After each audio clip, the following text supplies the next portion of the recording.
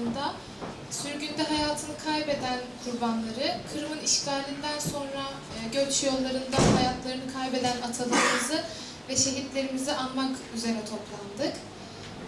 Programımız 2 bölümden oluşacak. İlk önce sürgün nasıl oldu ve Kırım Türklerinin mücadelesi nasıl oldu? Bunları anlatmak için Bülent Tanatar'ın sunumunu izleyeceğiz. Daha sonra Kırım'a Ağıt adlı 2. bölümümüz alt salonda girişte olacak.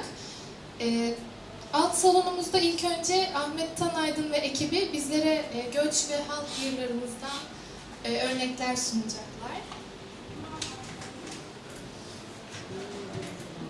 Daha sonra değerli sanatçımız Metin Batur kemanıyla bizlere en son çıkan albümünden, Kırım Yılları albümünden birbirinden güzel eserler sunacak. Daha sonra Kırım'a Ağıt bölümümüz sonrasında programımız bitmeyecek, hemen dağılmayalım.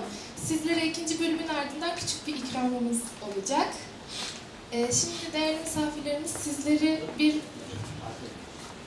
evet, daha sonrasında da ikramdan sonra parka yürüyeceğiz ve orada ateş yak etkinliğimiz olacak. Tarak Tamga etrafında mum yakacağız ve orada bir etkinliğimiz daha olacak. Şimdi sizleri bir Fatiha süresince şehitlerimiz ve geçmişlerimiz için saygı duruşuna ve Fatiha okumaya, ardından İstiklal Marşı ve Antet Kemen söylemeye davet ediyorum. Geçmişlerimizin ruhuna El Fatiha.